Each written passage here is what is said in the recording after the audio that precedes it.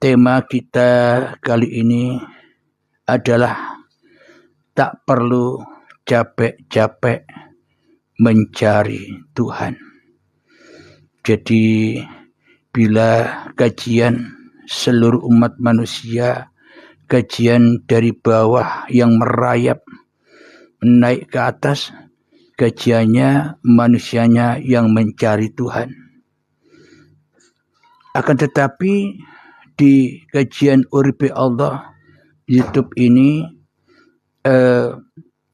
kajiannya langsung dari atas, kajiannya langsung dari Allah, sanadnya langsung dari Allah. Agar apa? Agar kita tidak capek-capek lagi mencari Tuhan, agar kita tidak terjerat lagi dengan kepentingan-kepentingan hawa nafsu kita. Alhamdulillahirabbil alamin. Kenapa kok kita tidak usah capek-capek mencari Tuhan? Sebelum kami jelaskan, contoh begini. Kita semua umat manusia adalah makhluk. Makhluk itu tak punya daya upaya untuk mencipta. Ibarat sama halnya manusia ini hanyalah pakaian. Pakaian yang saya pakai ini. Apakah perlu pakaian ini mencari saya? Apakah perlu pakaian ini merayap mencari saya? Apakah perlu pakaianku ini bersahadat kepada saya? Apakah perlu pakaian ini beribadah kepada saya? Apakah perlu pakaian ini berzikir-zikir kepada saya? Semuanya tidak penting, tidak perlu. Ngapain? Karena baju hanyalah baju, karena makhluk hanyalah makhluk yang tak punya daya upaya apa-apa. Jadi yang berhak syahadat, yang berhak mencari baju ini ya pemilik baju. Yang perlu baju ya yang punya baju. Jadi bajunya tidak perlu cari yang punya baju. Kenapa? Karena baju ini hanya miliknya yang punya baju. Sama halnya dengan kita, makhluk. Kita bergema atau berlomba-lomba ngaku-ngaku di dalam diri setiap manusia kita, ngaku bahwa aku hanyalah makhluk yang lemah. Padahal praktek di dalam dada kita selama ini, kita sudah lama sejak detik-detik akil balik tiba hingga setua ini sudah menyerupai Sang Pencipta, sudah menyerupai Allah. Sehingga apa yang kita cari selama ini hanya isapan jempol saja, hanya jauh panggang dari apinya, hanya halusinasi saja, seolah-olah kita mencari Allah, seolah-olah kita beragama dan bertuhankan Allah, seolah-olah kita berzikir kepada Allah, seolah-olah kita beribadah kepada Allah, seolah-olah kita bersolat kepada Allah. Namun pada kenyataannya, hakikatnya kita selama ini tak pernah jumpa Allah. Berarti sebelum kita berjumpa Allah, apapun yang kita lakukan, baik itu ibadah, solat, apapun kebaikan yang kita lakukan, semuanya sia-sia saja. Kenapa? Karena dimakan oleh pengakuan-pengakuan hawa nafsunya sendiri yang merasa berbuat, yang merasa beramal itu semua. Berarti manusianya telah mengingkari la haula wala quwata illa billah. Jadi maknanya Allah hanya dipakai sebagai hiasan-hiasan saja, maka tak perlu cari Tuhan, tak perlu bersyahadat kepada Tuhan, tak perlu berzikir kepada Tuhan, tak perlu sholat kepada Tuhan, tak perlu mensucikan diri guna bertemu Tuhan. Yang kita perlukan hanya mencari diri kita sendiri saja. Kalau kita sudah ketemu dengan diri kita, man arafa nafsahu, barang siapa tahu dirinya, barang siapa tahu mengenal diri manusianya, barang siapa sudah memegang hakikat diri sejati manusianya yang hanya makhluk, bukan kholik, maka faqad arafa rabbahu, nyatalah Tuhan itu. Bila manusianya sudah ketemu manusianya.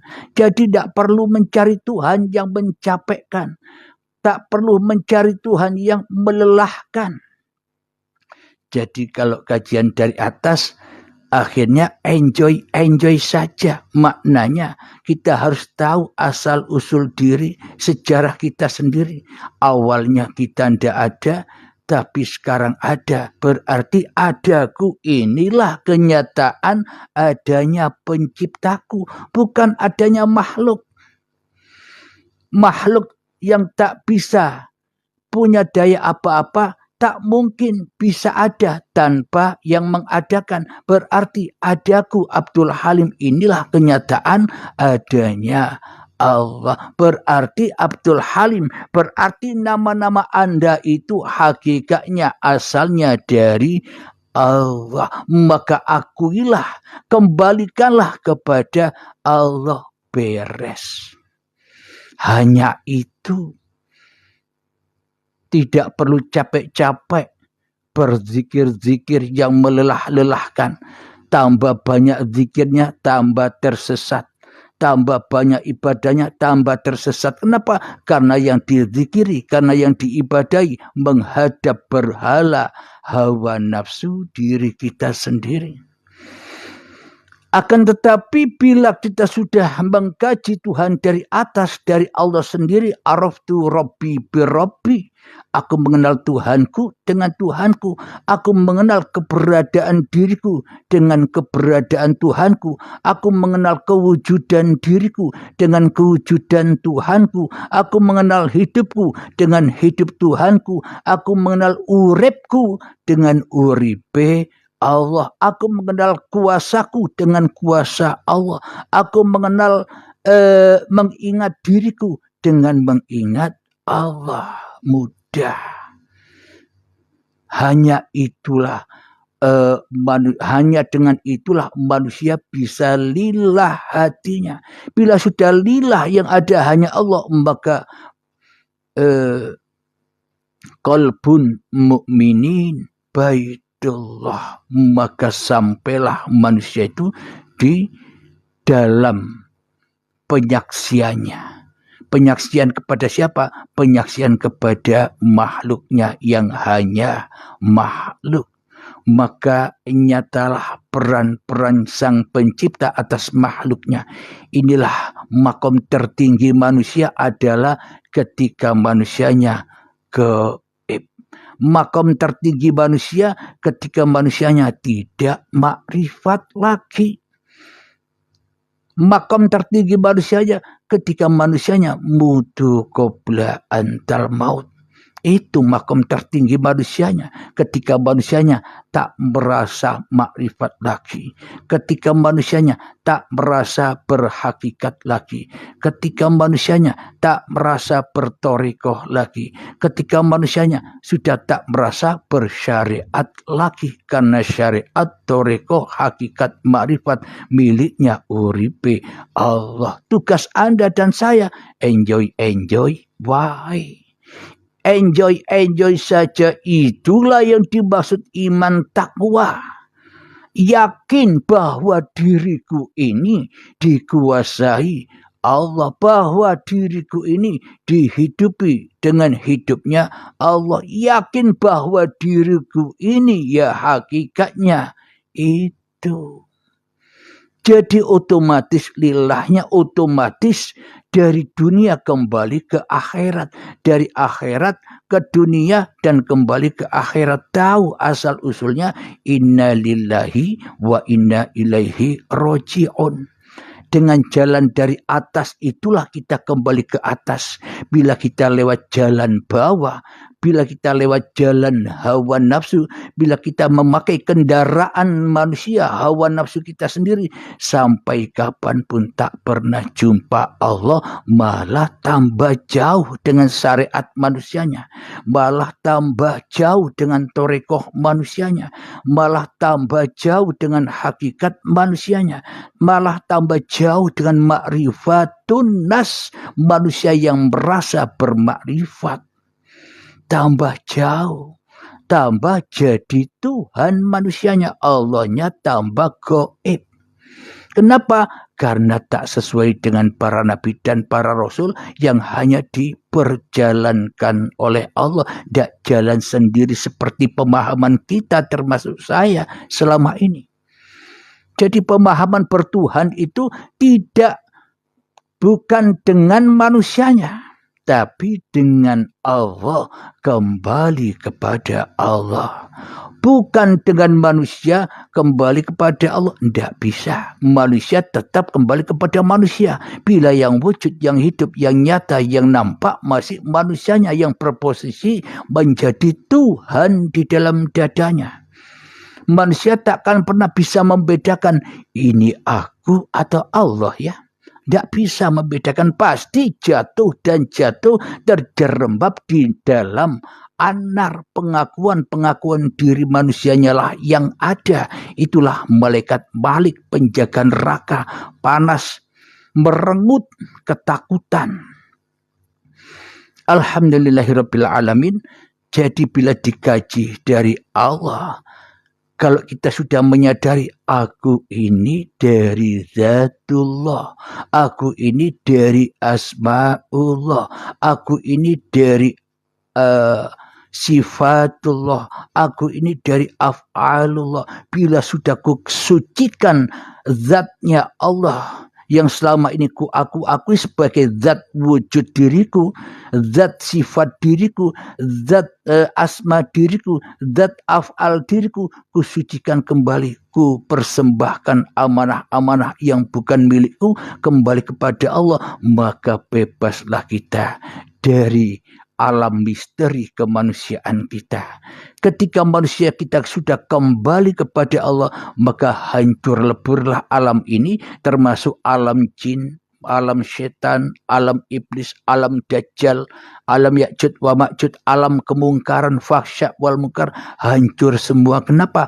Karena yang ada hanyalah sucinya Allah itu sendiri, seperti dulu saat kita belum ada. Jadi bagaimanakah kembali kepada Allah? Ya kembalilah kepada ketiadaanmu. Itulah asal usul manusia, yang tak ada kembali tak ada. Itulah pengabdian, itulah persembahan, itulah jalan yang lurus, dan itulah agama rahmat lil alamin. Jadi apapun agama Anda, siapapun nama-nama Tuhan Anda, apapun golongan Anda, apapun aliran Anda, pegang ini. Anda akan selamat. Inilah pegangan hablum minallah. Bila kita tidak berpegangan kepada Allah, pasti hablum minannasnya pasti rusak. Tapi bila hablum minallahnya dipegang, maka hablum minannasnya pun juga tersambung. Kenapa? Karena manusia hanyalah diperankan oleh Allah. Syariat manusia kelihatannya syariatnya manusia, tapi bila tak ada uripi Allah, ya tidak ada syariat itu. Oh, ternyata selama ini syariat yang diperbuat manusia itu supaya diabdikan, supaya dipersembahkan lagi kepada Allah, bahwa manusianya tak mampu untuk bersyariat. Itulah tujuan kesempurnaan syariat para nabi dan para rasul yang harus kita ikuti. Bukan malah manusianya yang mengaku-ngaku sebagai sang pemeran syariat itu sendiri. Maka bila manusianya merasa yang punya peran syariat, ya selamanya pasti bingung, takut, dan merasa tinggi. Fahsya wal munkar ada di dalam manusianya.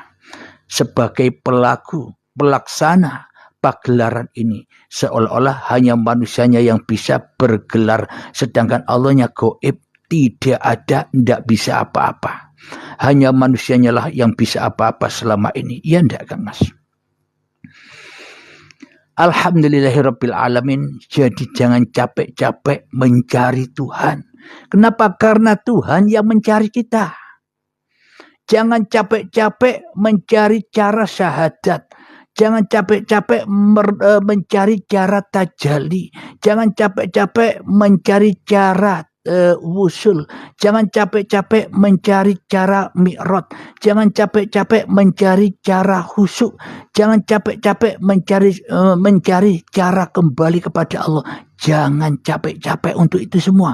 Kenapa? Karena Allah yang berhak bersahadat kepada kita. Karena Allah yang berhak berzikir kepada kita. Karena Allah yang berhak bertajalli kepada kita. Karena Allah yang berhak wusul kepada kita. Karena Allah yang berhak kembali kepada kita. Kenapa? Karena kita ciptaan Allah. Dan karena hanya Allah lah yang la haula wala quwata illa billah. Inilah kajian dari atas itu ternyata terbalik yang selama ini dikaji oleh manusia. Kenapa? Karena Tuhannya masih manusia. Seolah-olah manusianya yang bisa bersyahadat. Seolah-olah manusianya yang bisa sholat. Seolah-olah manusianya yang bisa bersyahadat mensucikan dirinya. Seolah-olah hanya manusianya yang bisa berpuasa membersihkan dirinya. Seolah-olah manusianya yang bisa berhaji. Tapi semua itu capek deh. Kenapa? Karena kajiannya dari bawah. Akhirnya ya penuh dengan misteri. Akan tetapi bila kajian dari bawah itu penuh dengan halusinasi. Halusinasi manusianya. Kenapa? Karena yang dijadikan berhala, dijadikan Tuhan di dalam dada setiap manusia masih manusianya yang wujud, masih manusianya yang hidup, masih manusianya yang berkuasa atas dirinya. Sedangkan wujudullah, sedangkan uribe Allah, sedangkan kekuasaan Allah tak ada di dalam dada manusia. Tinggal manusia berani tidak mengakui bahwa diri manusia ini hanya makhluk, hanya baju, hanya pengganti Tuhan. Kenapa? Karena manusia ini dicipta untuk dipakai oleh yang menciptakannya. Ibarat kita membeli HP. Kita membeli HP untuk kita pakai sebagai kegiatan. Bukan HP-nya yang memakai HP itu sendiri. HP saja tak tahu nama dirinya. HP saja tak tahu manfaat dirinya. Tanpa yang punya HP. Sama halnya juga manusia tak akan pernah tahu siapa dirinya. Bila tanpa uripe Allah. Manusia tak akan pernah tahu bahwa dirinya manusia tanpa uripe Allah. Manusia tak akan pernah tahu nama dirinya tanpa uripe Allah. Manusia tak akan pernah tahu alam semesta ini tanpa uripe Allah. Semoga saya dan semoga Anda semua bisa memahami. Alhamdulillahirabbil alamin. Sebelum kita akhiri, marilah kita kemakan salawat dari mintaful bala. Allahumma salli ala sayyidina Muhammad wa asghiri zalimin bi zalimin wa akhrijna min bainihim salimin wa ala alihi wa sahbihi ajma'in. Rabbana atina fid dunya hasanah wa fil akhirati hasanah wa qina adzabannar. Akhir kalam. Assalamualaikum warahmatullahi wabarakatuh.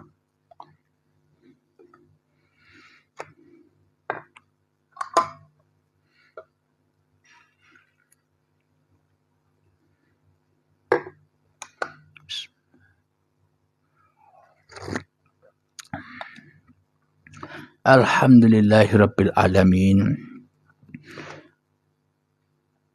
kami ucapkan Waalaikumsalam warahmatullahi wabarakatuh buat para sahabat yang sudah mengucapkan salam di kolom komentar. Salam hormat, salam santun saya selalu untuk Anda semua. Alhamdulillahirabbil alamin. Silahkan yang mau bergabung naik ke atas. Kita ngobrol-ngobrol tentang tema di atas tadi. Bagi para yang sahabat yang baru bergabung, silahkan ikuti kaji ulang kajian ini di YouTube Uripe Allah. Silahkan para sahabat, apa ada yang mau naik? Temanya jangan capek-capek mencari Allah, karena tak akan pernah bertemu bila yang mencari masih manusianya. Siapakah yang bisa menemukan Allah? Ya Allah sendiri. Ketika manusianya memakai kendaraan hawa nafsu manusianya untuk mencari Allah, ya pasti yang ditemukan bukan Allahnya, tapi manusianya yang merasa ngaku-ngaku sudah kenal Allah, yang merasa ngaku-ngaku sudah bertemu Allah. Masih ngaku-ngaku saja, pengakuan saja, masih jadi malaikat Malik. Alhamdulillahirabbil alamin. Silahkan ada yang mau naik atau ada yang mau bertanya-tanya lewat kolom komentar.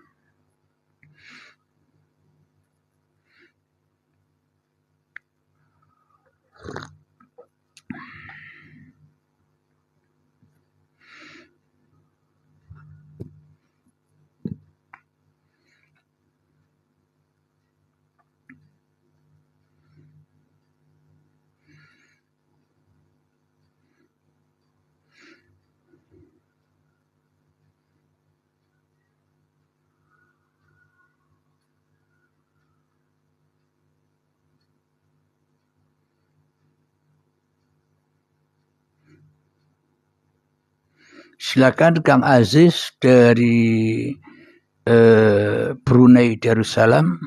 Silakan naik Kang Mas.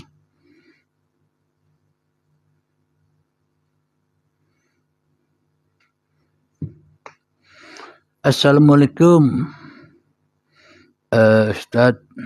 Waalaikumsalam. Boleh tanya enggak? Silahkan Kang Mas. Kang Rakil silahkan.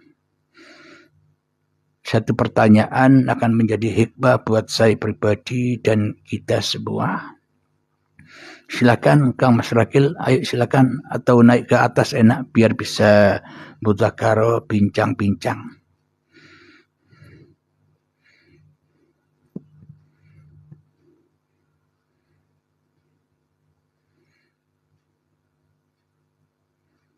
Oh ya, silakan. Apa yang mau ditanyakan Kang Rakil? Sambil ngopi ya.